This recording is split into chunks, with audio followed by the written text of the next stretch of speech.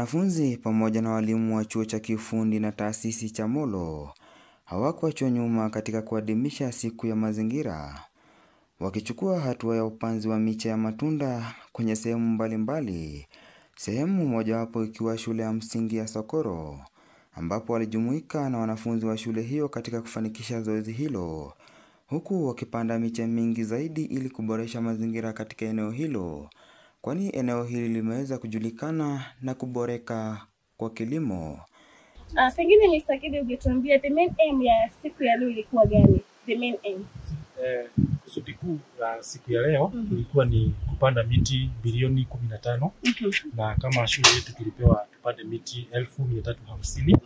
Lakini siku ya leo mkuu wetu alituamuru nchi mzima turudi shule za msingi tuweze kupanda miti 500 kila shule. Kwa hivyo umefikisha aim yenu ama kusudi lenu umeweza kutimiza?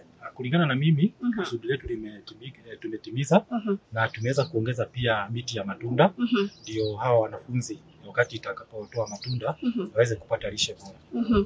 Pengine kuna jambo lolote ambalo ungependa kusema siku ya leo ambayo Wakenya wengine hawajui? Ningewashukuru wote ambao tumeshikania na wao.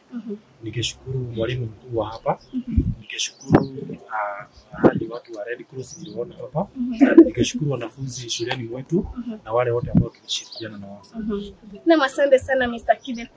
Walimu wakichukua fursa hiyo katika kuimarisha vijana jinsi ya kujitosa katika uboreshaji wa mazingira katika maeneo yao.